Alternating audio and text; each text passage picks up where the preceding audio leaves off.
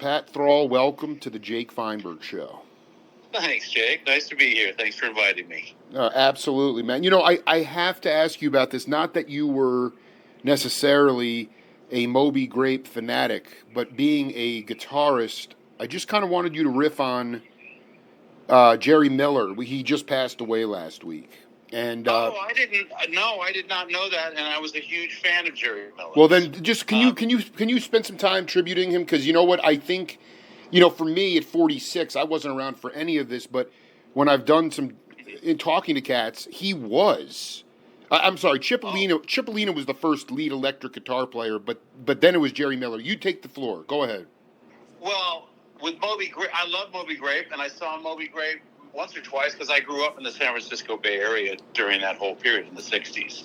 So, I mean, what a way to grow up. There were multiple music scenes going on in the Bay Area and players, forming other little side groups and stuff. And I was a big Moby Grape fan, but my hero back then was a guy named Bill Champlin. Oh, I cannot believe you. This is making my day. Well, I was just going to ask you, I don't want to leave Jerry, but Terry Haggerty, man. End of story. Oh, Terry Haggerty, the guitar player with the Sons of Champlin. Yes. He was the first true fusion guitar player, a guy that had serious bebop knowledge, but also loved Hendrix and Jimmy Page and Clapton. And so he, with the Sons of Champlin, was mixing bebop in with furious rock playing. And he's playing on a Super 400 through, I forget what amps he was using. I don't know how he got the distortion, the tone that he did.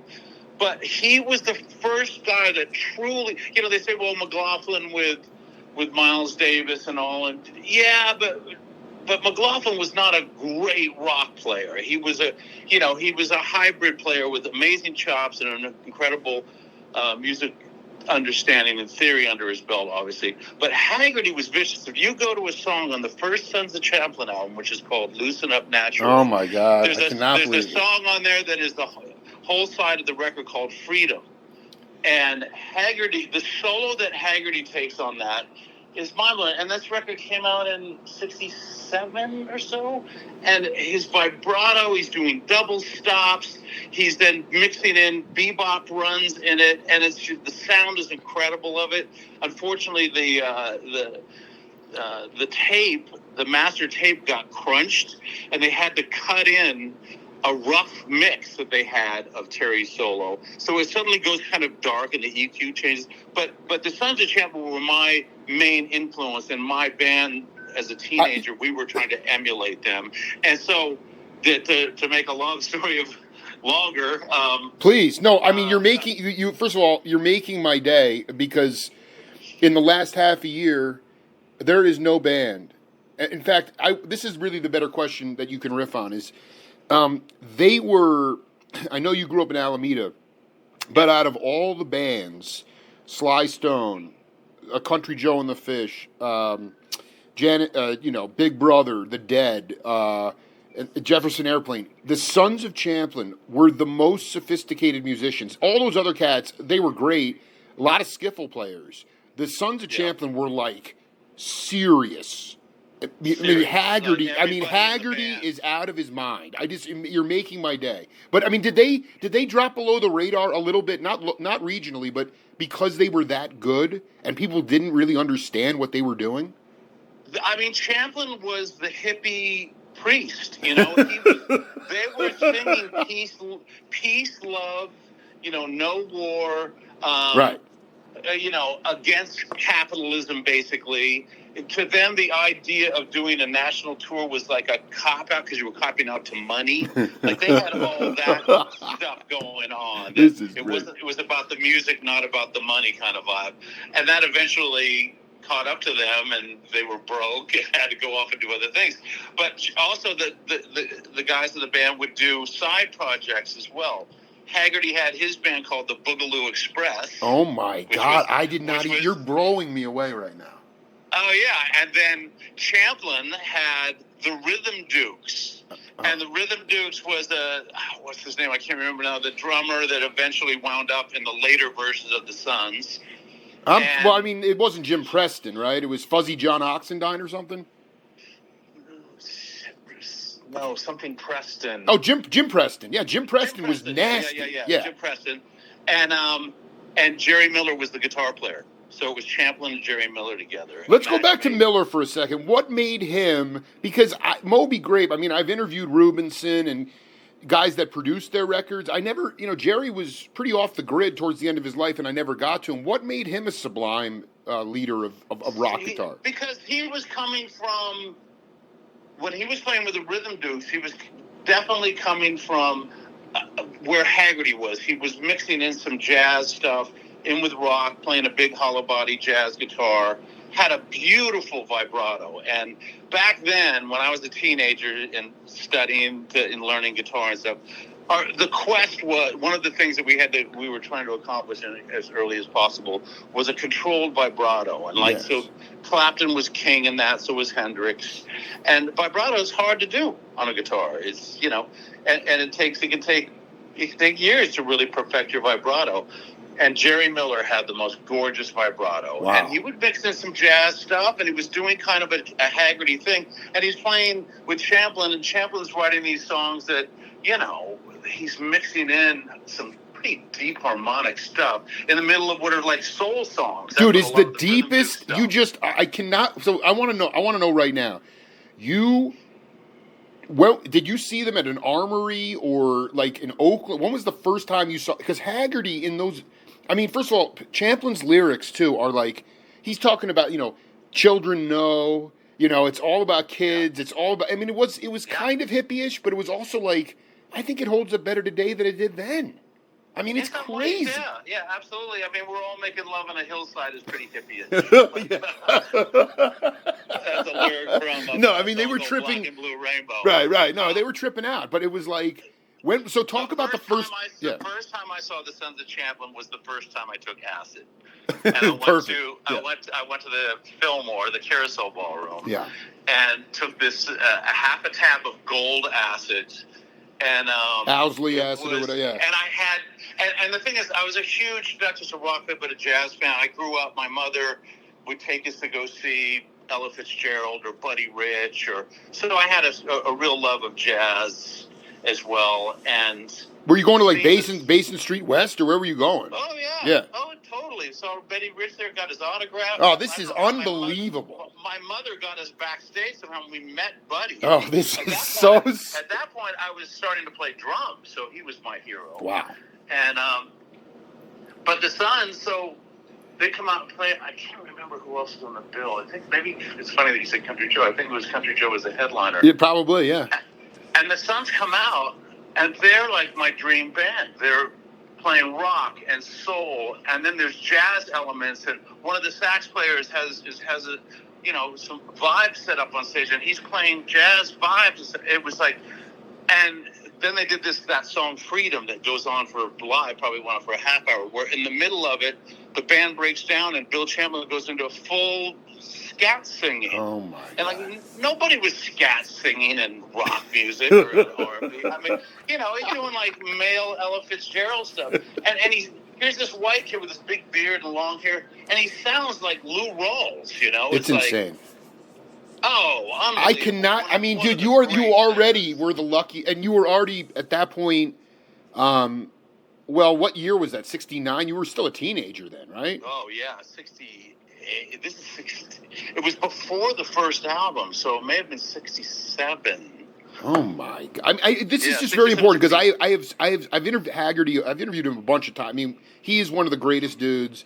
But I also want to ask you.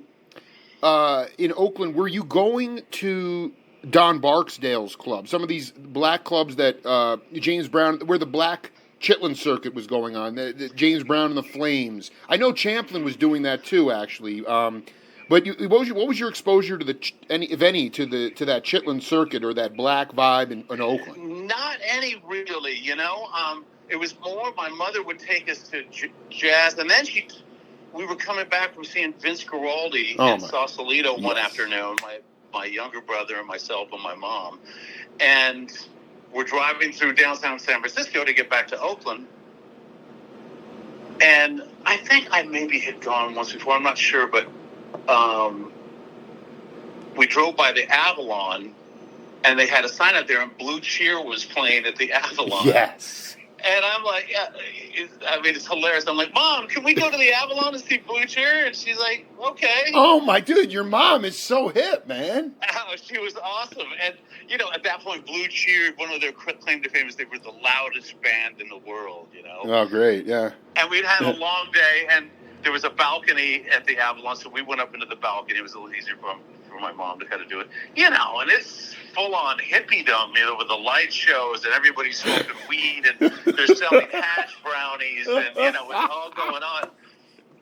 And Blue Cheer come out, and it was awesome, though. They were so loud. It was, so exciting. They had it looked like they borrowed all their friends' equipment. There was this, kind of potpourri of amps on stage.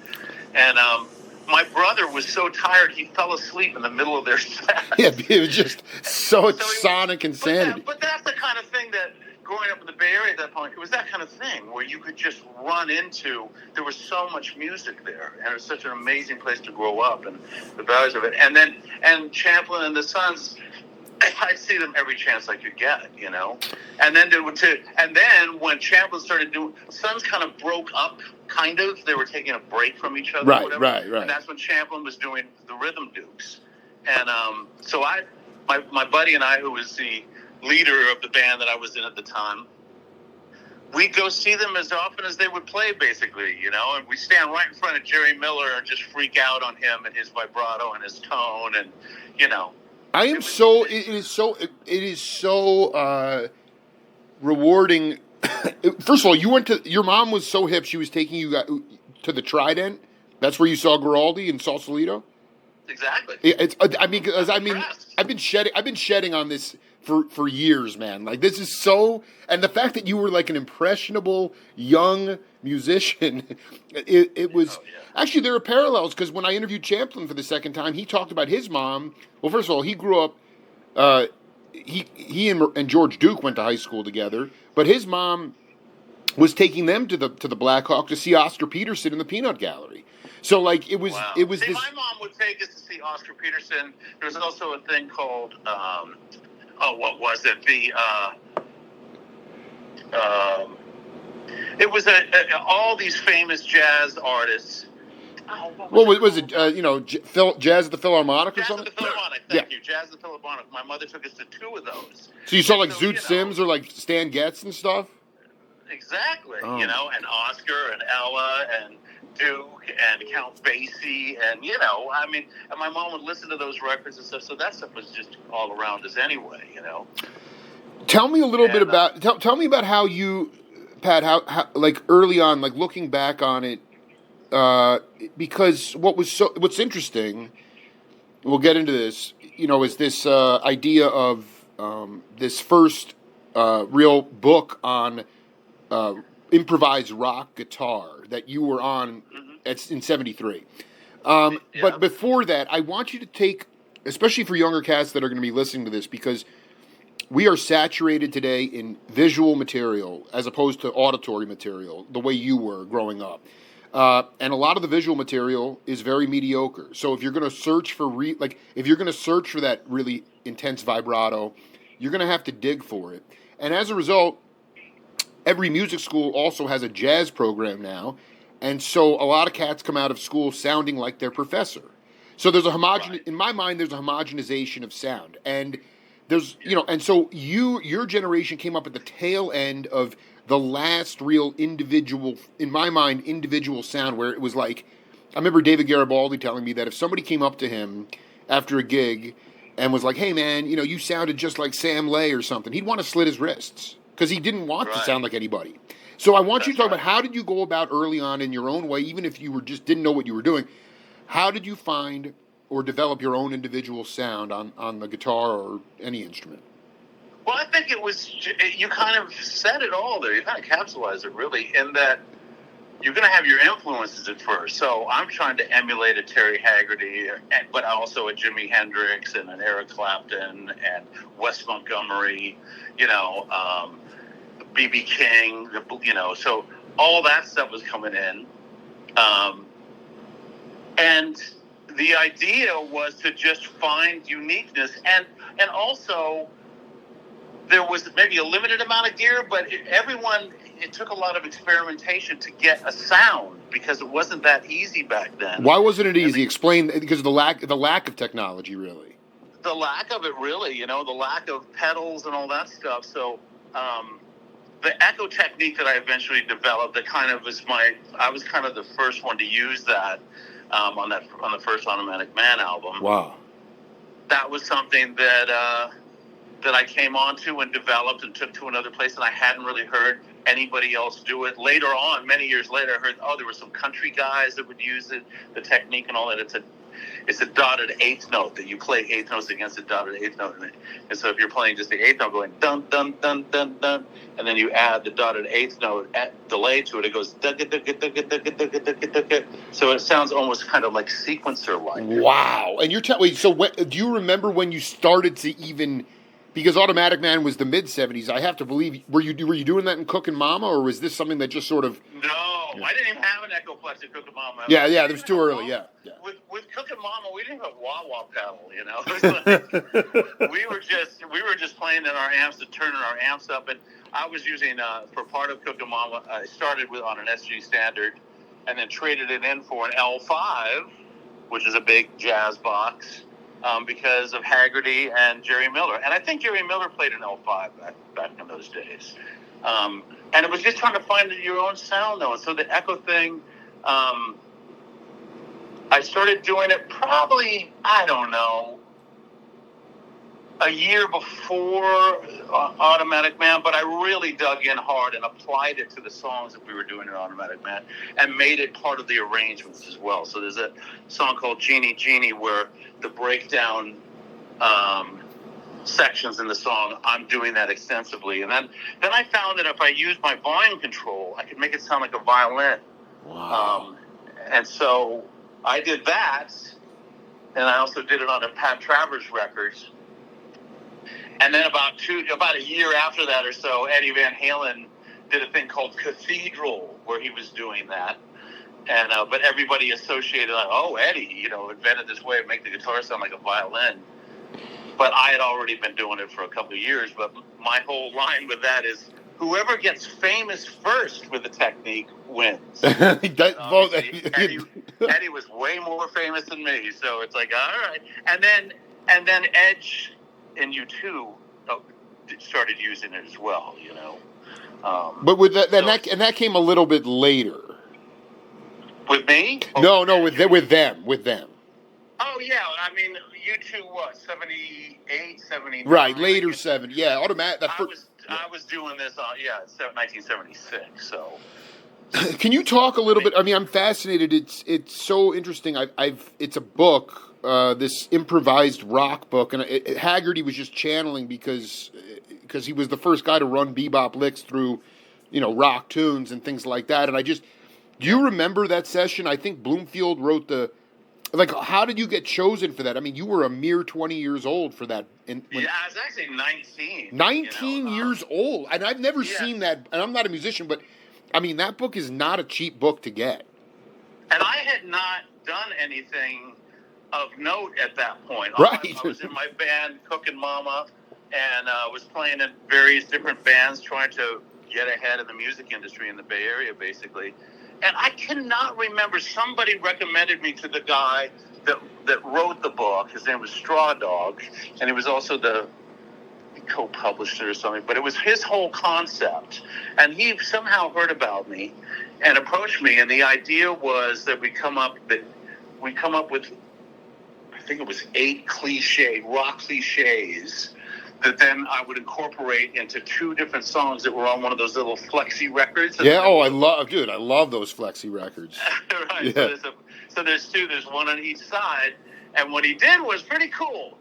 The whole band is on one side, and my guitar playing is on the other. So you can listen to the whole thing and learn the guitar lifts that way, or just listen to it in stereo if you want, or a mono.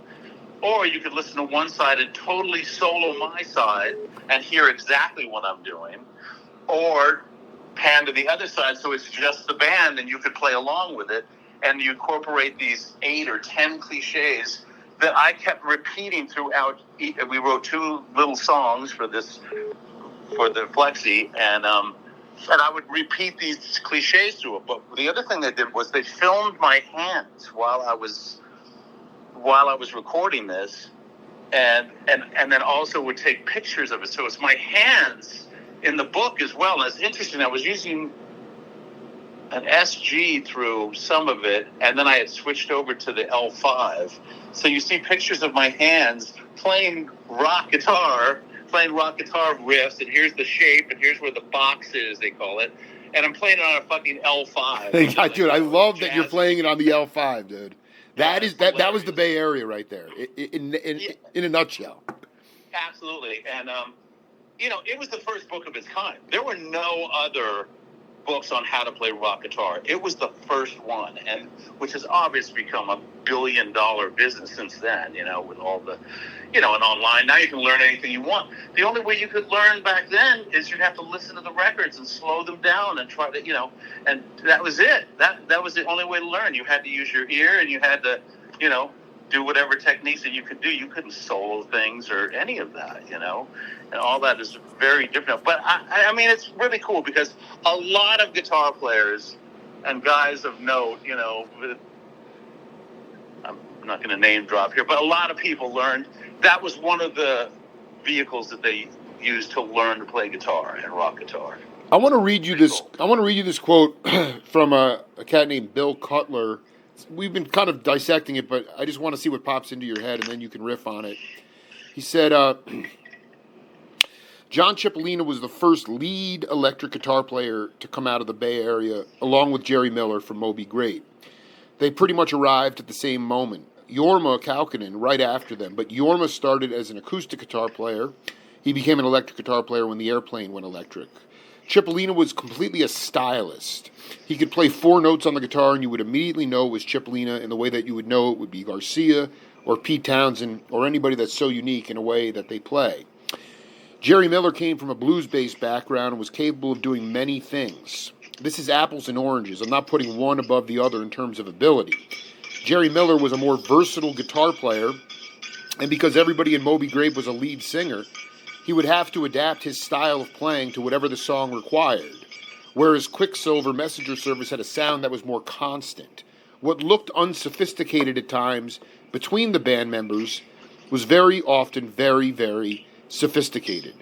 And that's what I wanted to get at, is that in today's world, rock, there's everything out there. Like, we're saturated in information. We have too much at our disposal now. Back then, we did not. And where, in your mind, like, Chuck Berry had been playing rock and roll. You had Fats Domino, you had Little Richard, you had Bill Haley and the Comets, you had all this. At that point in time, and Hendrix had come along, but I remember talking to Dean Parks. I don't know if you've ever met Dean, the great studio guitar player, and he was... No, but I mean, he's, one of the... Legend, and he was talking about, like, when him and Larry Carlton and Louis Shelton came into the studio, one reason they had viability was because the guys like Tedesco and the other guitar players at that time, they hated rock music. So producers were like, hey, play that swamp rock, play that swamp thing. And so where was rock music at that time? It still was growing because they were writing, it was the first book of its kind. And I just wanted you to talk, because today it seems like it's kind of hard to build on ideas in rock guitar playing today. I could be wrong, but at that time it was a very exploratory area. At that time I wanted you to talk about ultimately how you feel like you added to the vocabulary of rock guitar. Well, I mean, it's so completely different now. And like I was saying before, there was no access, there was no internet, there was no, tutorials on how Steve Lukather, right, what kind of strings he uses and what kind of pickups he uses and what kind of amps he's using and all that. There's none of that. You had to just figure something out, And so people tended, because of that, to have more of an individual sound as well. That's it. So, And that's interesting what he said about Cipollina, because that's not my recollection. But What, maybe, no, I mean, it's all. What's your interpretation? Because to me, well, go ahead. What's your interpretation of him? For me, before I saw the Suns, even the Grateful Dead would play Golden Gate Park a lot during the summer. Right. And, they played free. I saw them play several times at the park for free. And to me, Garcia was kind of the guy originally. I mean, I only saw Quicksilver a couple of times, and Cipollina had a very interesting style, and he had that kind of strange vibrato with the vibrato arm, No, totally, dude. Yeah, kind of the quivery kind of sound, which didn't really appeal to me because I was such a Clapton, Jeff Beck, British vibrato fan. So the quivering thing didn't really float my boat. Well, no, Garcia used to call that sound insect fear. It sounded like it was just bizarre what Cipollina was doing. Yeah. But Garcia especially when Garcia was young and vital, man, he was an amazing player. And his tone was great, and he was, just silky, and he was incredible. And so I kind of, that's who I associate with. But again, the guy that you're referencing that's using Cipollina may be older than me, so he may have a little deeper understanding in time of kind of who did what and when. But for me, it was kind of Garcia at that point until Haggerty, and then it was all over. Wait, this is so freaking great, man. And then a wacky blend of my main influences were basically Clapton, Hendrix, and Haggerty, Dude, I love that Haggerty makes it into the top 3 with you. I knew last night. I was like, I'm going to go hard on Haggerty with Thrall, man, because, dude, I mean, I wasn't even, but just you watch, to me, it's really interesting because a lot of I don't know, like, that was the other thing that was cool. And because you were such an avid live music fan with your mom and your brother, were you aware of, like, I think the coolest thing about that time is that so many bands, they would cut records, but when you would see them live, some of those tunes were not played like the record. They were stretched. They were totally stretched out. And it was so cool. I mean, I feel like that predictability. I mean, so many people want to go in today's world. They want to go and have a predictable thing that they know they can understand or they can anticipate it. And to me, that's not music. That's because the whole point of music is spontaneous creation. And that was the other thing that when you were in Cookin' Mama, for instance, I know you guys were a blues-based band, but were you adapt? I remember Phil Lesh, the great line from him is, I mean, the Dead were an outlier, but, they'd say Quicksilver was the same way. The Suns were the same way. The Suns songs, you see them live at the Winterland, and it's like, you're like, this is not even what the song is on the record. But Phil Lesh said, we never play the same song the same way once.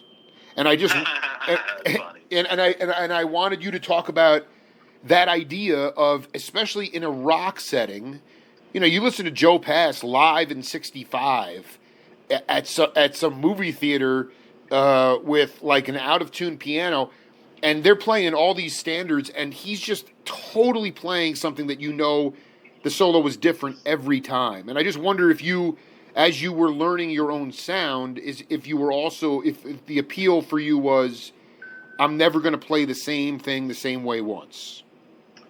Yeah, I guess that depends. And maybe later on, there was definitely that early on, and more the jam band with Cookin' Right. Mama. We have more the jam band kind of consciousness, and so we'd extend solos and just have sections like, okay, let's just open this up and give me a nod when you want to go to the next section, And so we do that kind of stuff. But then as it got later on in my career, and you have to be more quote unquote professional, like with Meatloaf. And we're doing arena gigs. No, I get that. Huge stage production and all that. Everything's timed. All the lights are timed and stuff. So I pretty much play the same solos every night in that. Gotta have to hit my marks, and you're doing all that stuff. So it's a lot more. It's obviously a formula at that point. But back with Cookin' Mama, there was a lot of the jam kind of mentality. And for the album that we did, and I'm going to give you a little. A little headline here. Beautiful. We're getting ready to release a remastered version of the Cook and Mama. Dude, I am going to be blowing that. Dude, please keep me in the loop about that because that. Well, no, it's going to happen in a week. So in a week. In a week. Yeah. Because, dude, the original pressing of that album is like $150, the cheapest one. You can't find that anywhere. Yeah, it sounds god awful. So hold on, I want to go back. So we're going to obviously promote the crap out of that, but I just want you to, for my own psychological well-being, Pat, because I understand, like with Meatloaf, Travers, like, tell me as a pro how you get off. I mean, listen, I remember Aierto told me in our interview, he said, man, I play the music to get myself off, because if I get myself off, then I get the audience off. And so when you are this high top shelf musician playing with other musicians, how do you get off when you know it's a formula trip, outside of the fact that you know that you're going to be able to pay your bills and feed your family and be okay? From a pro's point of view, how do you do that? Because that stuff, it's really hard for me to take that stuff in. Yeah. You mean how to keep it interesting? For yourself. What I'm saying is, Cook and Mama is like, I would mix things up. With Meatloaf, within I've got an 8-bar solo here or a 16-bar solo or whatever, I would mix it up within the solo, the context. I couldn't go longer. Right. Or jump in, 2 bars early because I have a cool riff edge. I have to do within the time construct, But the thing is, I would mix it up within the solo. I'd have certain marks that I would hit maybe with the solo or whatever, and it would keep interesting to me. And I really loved performing back then. So when you're having an audience that's flipping out and you got 10,000 people going nuts after your solo, right, stuff, right, you get off on that too. There's that. Of course, of no, dude. Before we had the stupid in-ears. There's nothing greater sounding than when you step out on the wing there and you're in an arena with 10,000 people, and I hear my guitar solo coming back at me from the house. Dude, I'm glad you brought that up. Let's talk about that. For how long? Because when would you say you started playing big stadium shows? Like 79, 78? I mean, actually, kind of the first major kind of gig that I did that was on that level was this project that was going on at the same time as we were doing Automatic Man, was the Go project. Right. With Steve Winwood. I don't know if you're familiar with that. I've interviewed D. Miola. I haven't gotten to Winwood yet, but Shrieve, that band, and Stomu. It was Stomu's project. And what I wanted you to talk about is how insane. This is so great because you didn't have the damn in-ear monitors, and you're having that sound reflection bouncing back to you because this is what I want you to talk about. How important is it for the environmental sound to be part of what you're hearing? That to me is very important. The sound of the room and all that stuff, the sound of the monitors and all that. I mean, with guitar, for me, it's all about the guitar tone. And if I don't have the guitar tone that I love and stuff, I don't play as well.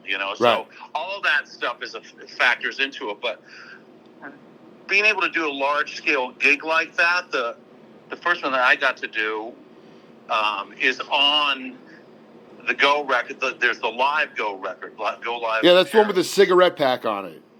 Exactly. Yeah. And there's a song called "Crossing the Line" that, and I'm playing with Steve Winwood. I mean, it's insane. Winwood was one of my influences as well, and on guitar he was one of my influences. Really?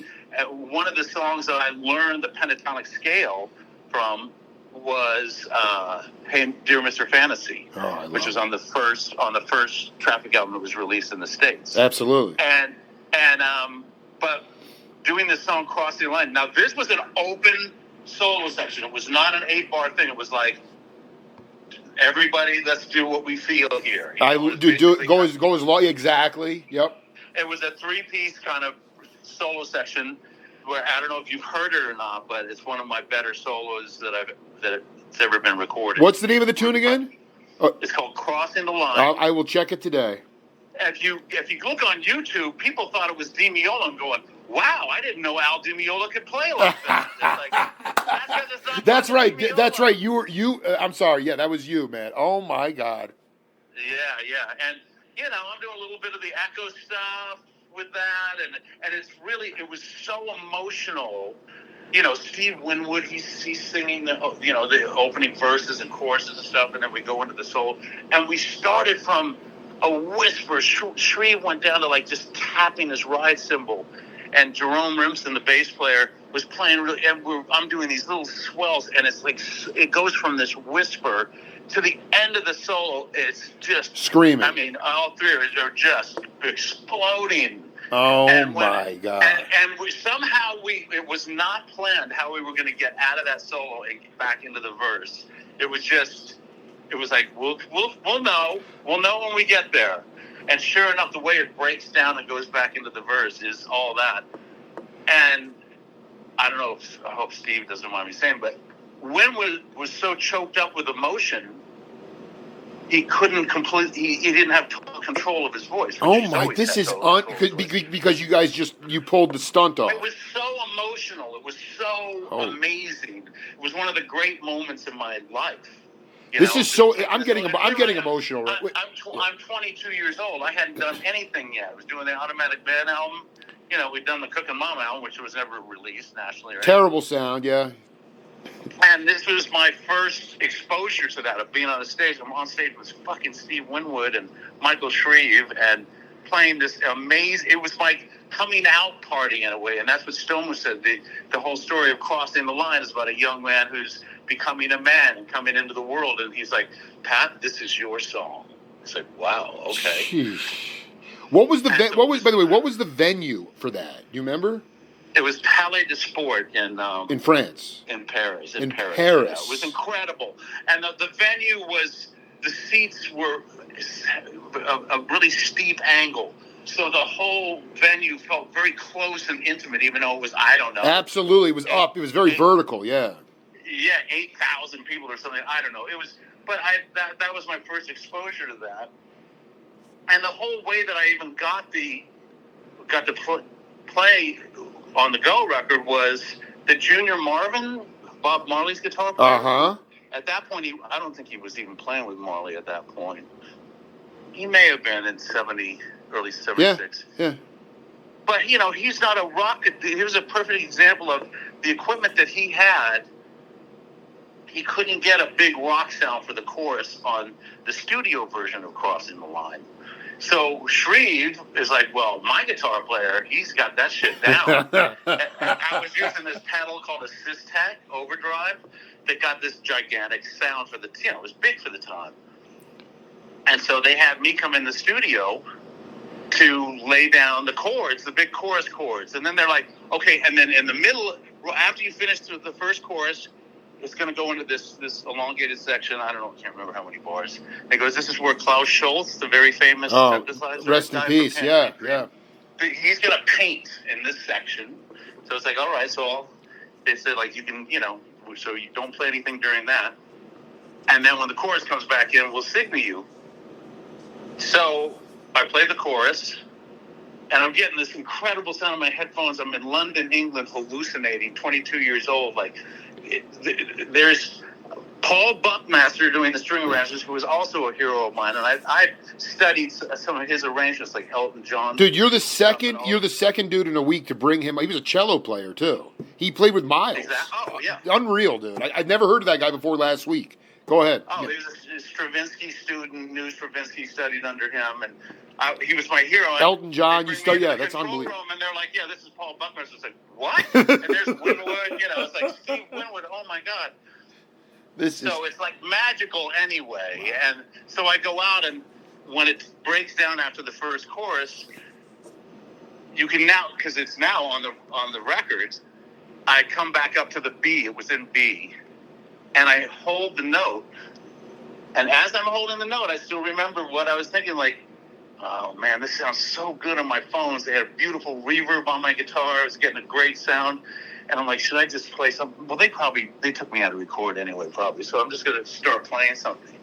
So I played a little riff, kind of left the space, like, should I do this? Oh, fuck it.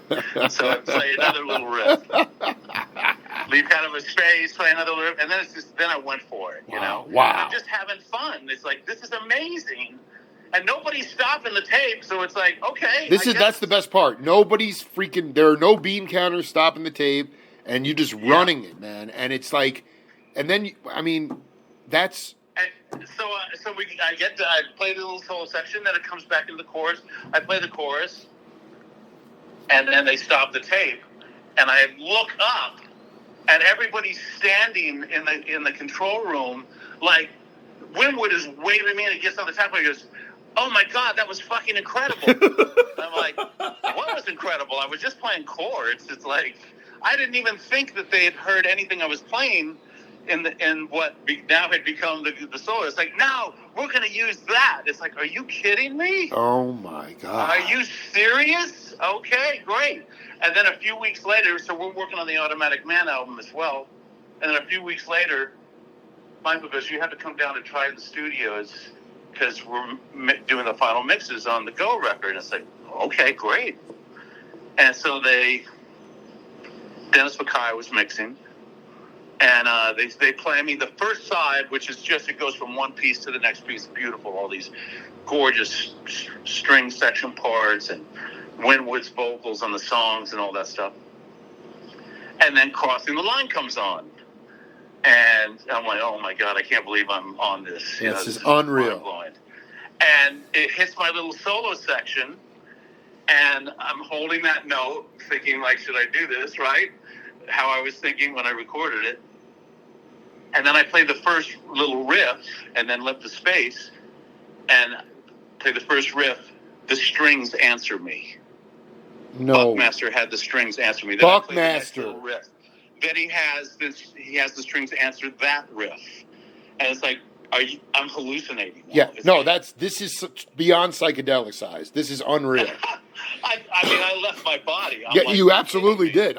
This is one of the greatest stories I've ever heard in my life. Wait, I want to be clear. The live record, Crossing the Line, did that track had to be redone because Winwood got choked up and couldn't finish the tune? He had to drop in at the beginning points of where he came back in. He had to come in. This is what I heard. This is what Donnie Harvey, the bass player on Automatic Man, who was also doing some fixes and overdubs on the record, right? Had told me that Winwood was so. It was so emotional. It was probably the most emotional thing that I've ever experienced on stage. That is so profound. This is profound that you're making that statement. Yeah, and I was coming onto my own as well, and there's someone who dedicated the song to me. It's like, what? It was just, it was an amazing experience. And then, at the end of the concert, the encore, we did Dear Mr. Fantasy, and I took the solos. Oh, my God. Winwood was playing keyboards, so I'm taking the solos on a song that I learned the pentatonic scale on, and I'm doing it live with Winwood. It was like, what is going on? We're just going to continue on here because I have to get this story. I've been doing a deep dive, a lot of stories about you or mentions of you in my interviews have happened with so many beautiful people, and I'm sure this is gonna flash another memory on you. This is from Alex Litcherwood. He said, "Oh, great." He said, "I had done a tour with Narda, Michael Walden, before he became famous. It was myself, Felipe Sache, a wonderful French pianist. Felipe Sace. Felipe Sace, T.M. Stevens on bass, Pat Thrall on guitar, and Norma Jean Bell, who was an alto sax player. Frank Zappa, who played in Frank Zappa's band. She was phenomenal." So to me, this Narda, mid-'70s, I'm trying to get the chronology here because I guess the best question probably is, even though Michael had left the band, I know that Litcherwood and Morgan, you collaborated with David Morgan. These guys are my heroes. That's later. Exactly, no, totally. So how did you wind up with this album? Though seems like mid-'70s because this is before Litcherwood did that insane album called Tone or something. You know, I was with Okay. I haven't heard that. No, I'd love to hear that. Yeah, no, that's a really. Are you asking how I got with Narada? I guess. Yeah, exactly. How did you connect? Because this is pre-famous Narada. Right. So the first Automatic Man album, and then that subsequent Go. The Go album, man. That kind of put me on the map with musicians. Right. You know, it didn't make me famous by any stretch of the imagination, but the Automatic Man album for a lot of musicians is really important.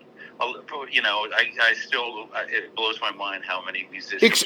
Talk to me about that, because I still, my ear is not ready. Explain why that has had and especially not just the overall sonic sound, or specifically your guitar playing. Just the overall thing that we were doing was, I mean, musically, it was, you know, there was some stuff on there that was pretty sophisticated and pretty edgy. Right. And that Chris Blackwell, he signed us to Island Records. I mean, part of what he wanted too was he wanted Shrieve to also do the Go project, which was on Island Records. Right. But that he took the chance on us. He thought we were, quote unquote, innovative. I mean, we were taking some chances and doing some unusual stuff. And we were mixing genres like crazy, from funk to reggae to hard rock. And I'm bringing kind of the Hendrix thing to it. And, you know, it just musically... you know, it was a collage. It was a sound collage. It really was, yeah. You know, and a lot of musicians responded to that record. Yeah. I mean, when I met Shaka Khan, Lenny White's guitar player was like, "Hey, man, Shaka's over there. You want to meet her? We've been working with her." It's like, hell yeah, I want to meet Shaka Khan. And he brings me over to Shaka and introduced me. Yeah, this is Shaka, this is Pat Thrall, remember, from Automatic Man? And she just looks at me, and her eyes are like wide open, and she screams, "Ah!" and jumps on me, wraps her legs around me, and starts singing one of the songs that are on the Automatic Man. Oh my God, dude, you had made it. She's singing this song called Genie Genie, which I'm the lead singer on that song. I did lead vocals on 2 songs on the Automatic Man album, and I'm the lead singer on that. And she's singing the song that I sang. She's singing it to me in my ear, but really loud. This is so profound. But I want to be clear about something. So that album, the Automatic Man album, has clearly been an inspiration to many musicians over time. Was it marketed well at the time? Because I always got the impression that it didn't get the traction at the time that it needed. Well, we don't have to even get into that. I'm just saying, like, to me, like, if that had what's so profound is if Shaka freaked out. I mean, was it an insider's album, maybe? For musicians only. Yeah, in a way. I mean, we were going for it. Right, right. You know, we wanted it to be successful. There was a song on there called "My Pearl" that was very single-ish and was, you know, a 3-minute song and all that stuff. Right. I mean, radio friendly, yeah. Yeah, exactly. What was your other part of the question? Just in general, like, to me, with Todd Cochran and them, he's such an amazing dude. Like, these guys, like, I'm just surprised that it didn't. I'm just wondering if it didn't get a lot of these great albums that have stood the test of time. They just weren't marketed, or they just didn't take off at that time when they were cut.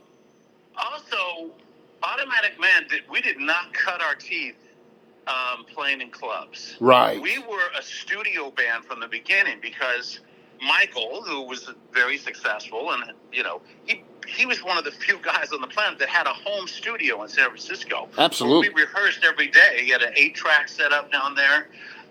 Michael Henderson was down. Michael Henderson was living there for a while. Yeah, Henderson was living there at one point. That was before we were there.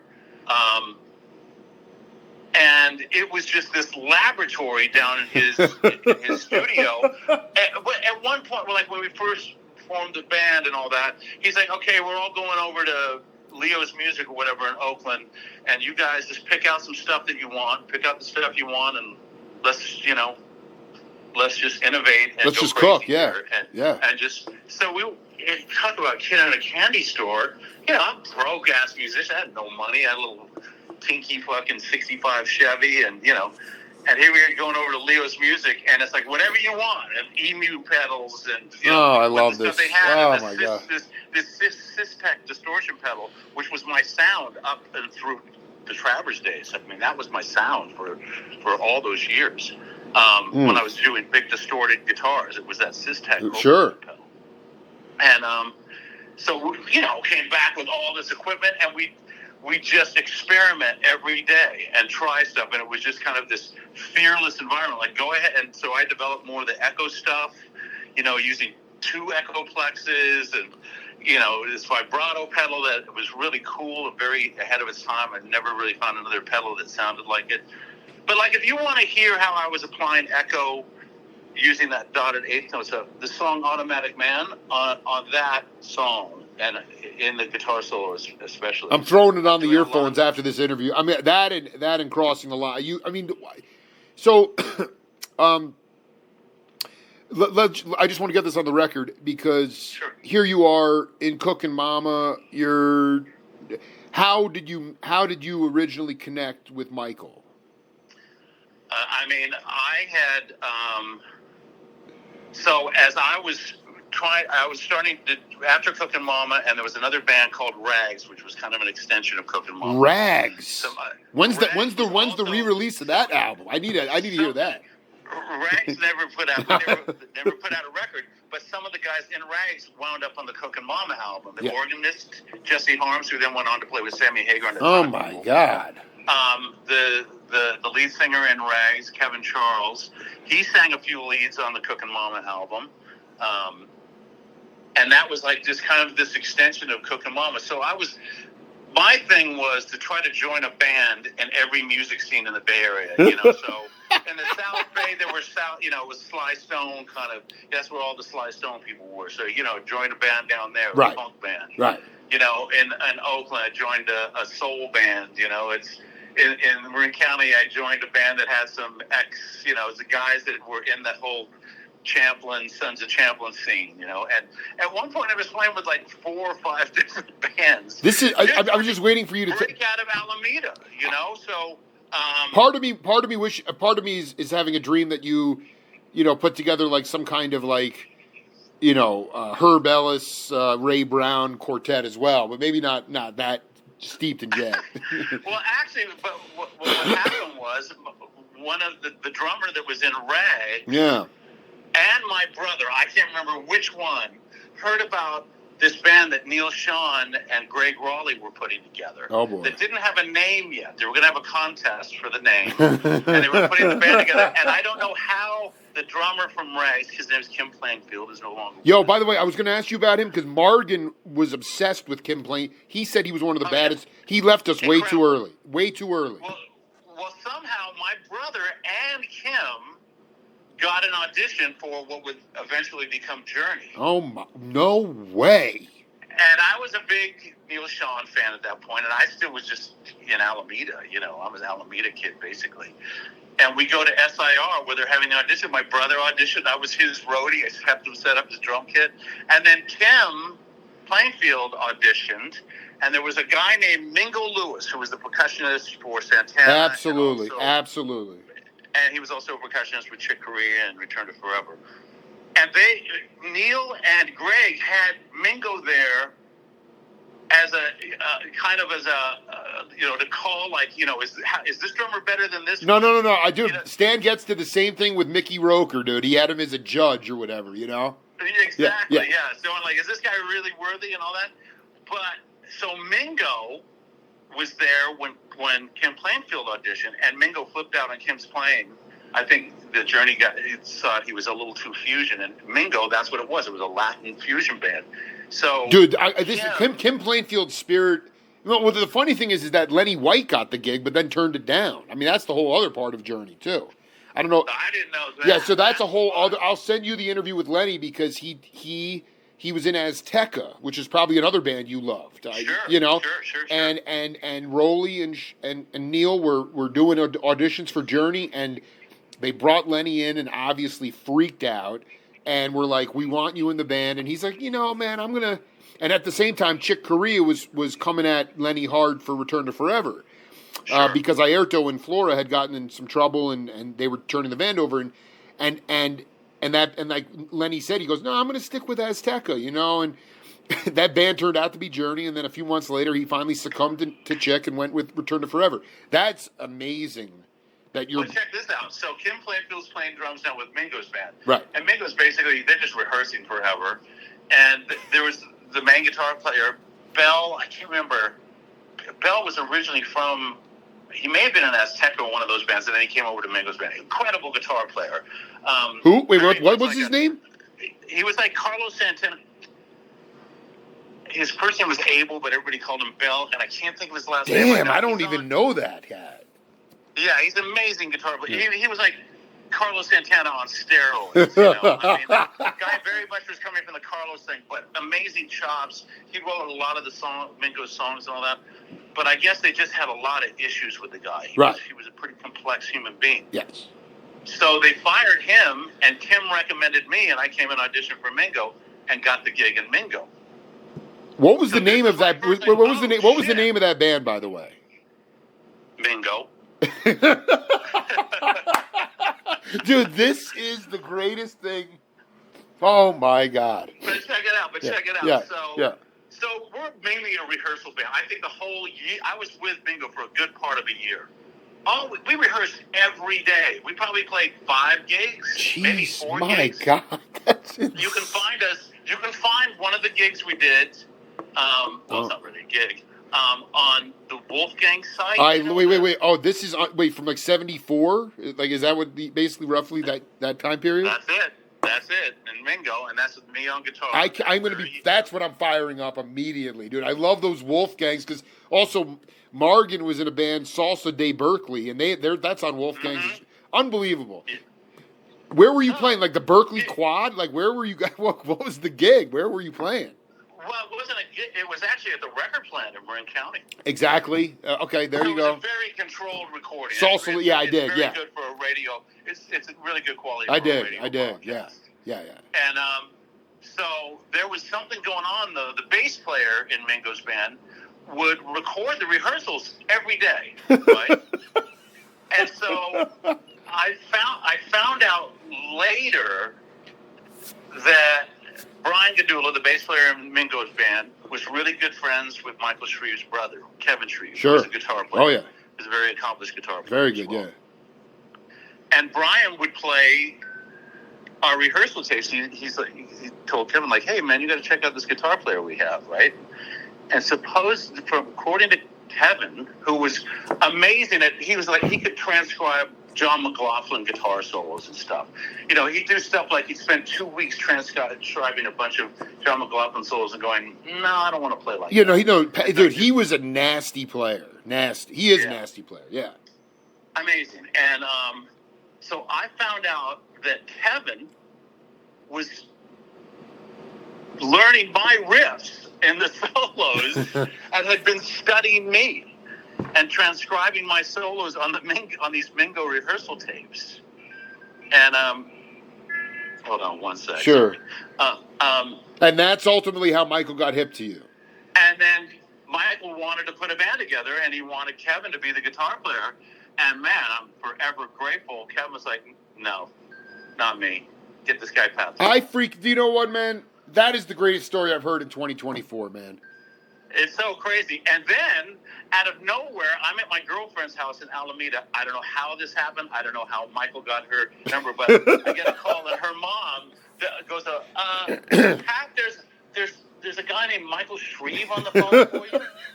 And it was the typical story that people tell, like, get the fuck out of here. Stop. You're fucking around. Yeah. Because Michael Shrieve is a huge star to us, especially absolutely. In the musicians. He had the Woodstock solo and all that. And I'm like, get out of here. And I get on the phone. It's like, this guy with his deep voice. Hello, Pat. It's like, yeah, who's this? It's Michael Shrieve. And I actually did yeah? Yes, it's Michael Shrieve. And then I kind of struck me like, oh my God, I think this is Michael Shrieve. Right. At least you didn't hang up. I mean, Chris Parker from Stuff, he hung up on Paul Butterfield. That's awesome. It's like, but you were like, oh my God, this is really him. This is him. And so Michael invited me over, I don't know, that weekend or something. He goes, hey, we're going to have some people come over to the house and you want to have a play. It's like, yeah, more than anything in the universe right now. Yeah, yep. And he goes, yeah, just bring your guitar and an amp head, and you can use it. You can use the cabinet. I have cabinets here, so you don't have to, do right. a big old heavy cabinet. It's like, okay, great. So I go to Michael's house. He has this incredible house on a hillside in the San Francisco hills, overlooking the Bay Area. I mean, the guy was living the serious rock star life. Oh yeah. And we go down to his studio, and there's Bayetes down there, a singer named Alex Cash, David Rice, bass player, Shrieve, and myself. And so we set up and we start jamming, and it's going great. We're having a blast. It's like the energy's amazing and all this. And I'm like holding a note. I get this feedback note, and I'm like, I'm going with this. Now I'm using an acoustic head going into an old Bandmaster bottom, like a vintage Bandmaster bottom, which was probably too much voltage coming from the acoustic amp. So I'm holding the note, and suddenly it stops, the note. It's like, what happened? And Shrieve suddenly stands up and he points, and I turn around, and the speaker cabinet is on fire. It's like, are you fucking kidding me? Oh my God, Michael, I'm so sorry. I burned your cabinet up, broke. It's like, I'll pay for it. I'll get it fixed. Whatever. And he goes, fuck that. You got the gig. Dude. It's like, wow, that's crazy. Yeah. Pat, I got a question. I got to go get my daughters right now. Can we can we do a set too when the cooking when is that coming out? In about a week. All right, so on the 1st. I mean, I want to be able to promote that, and I want to. So right. why don't I reach out to you in a week, and then we'll figure out a time to do set 2 because we got a lot more to get to. Oh yeah, we do absolutely, man. No, this has been fun. Thank you. Yo, man, thank you, Pat. Have a beautiful day, man. I'm gonna put those tracks on too. Yeah, and just let me know when you want to do we'll figure it out. Absolutely. Good to hear you, brother. All right, man. Nice talking to you. You too, man. Take care. Bye. Bye-bye.